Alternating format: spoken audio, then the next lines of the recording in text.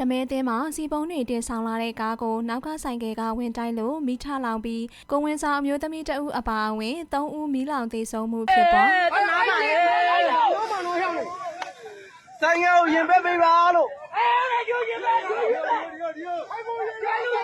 မင်္ဂလာပါပရိသတ်ကြီးရှင်မန္တလေးတိုင်းရမဲသင်းမြို့နယ်မှာစီပုံးတွေတင်ဆောင်လာတဲ့ကားကိုဆိုင်ကယ်ကဝင်တိုက်မိတာကြောင့်မိလောင်မှုဖြစ်ပွားခဲ့ပြီးကိုဝင်ဆောင်အမျိုးသမီးတဦးအပါအဝင်ပြည်သူ3ဦးသေဆုံးခဲ့တယ်လို့သိရပါတယ်ပြီးခဲ့တဲ့ဒီဇင်ဘာလ22ရက်ညနေ4နာရီကျော်အချိန်က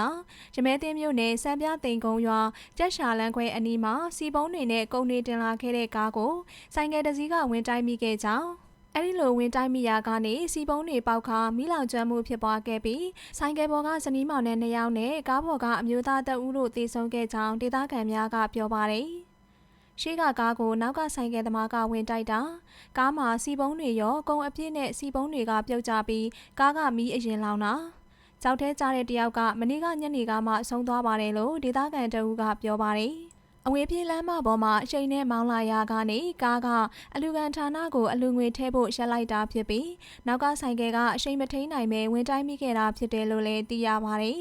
။ဆိုင်ကယ်ပေါ်ကလင်မယား2ယောက်အနက်ဇနီးဖြစ်သူဟာကိုဝင်ဆောင်တဲ့ဖြစ်ပြီးရမဲသင်းမြို့ရွာတန်းအုပ်ဖို့အနောက်ရွာမှာနေထိုင်ကရွှေမြင့်တင်ဖျားပွဲသွားရာကနေတိုက်မိခဲ့ခြင်းဖြစ်ကြောင်းလည်းဒေသခံများကပြောပြထားပါတယ်။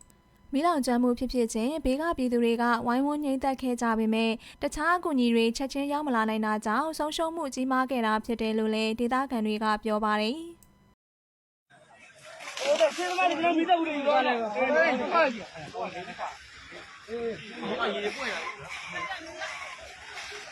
အကုန်အပြုံးဒီဘက်ကိုချအဲ့လမ်းမကိုချနဲ့ဒီဘက်ကိုပြချလိုက်ပြချလိုက်ဟိုကျောက်ခါတွေတော့ပြမချနဲ့ချင်းပြချလိုက်ရတော့တော့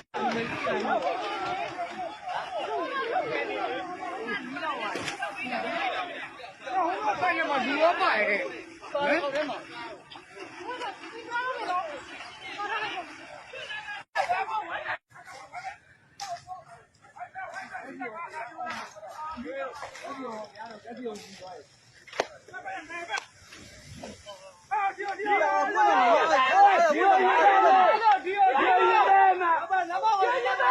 မ်2ယောက်သားလေ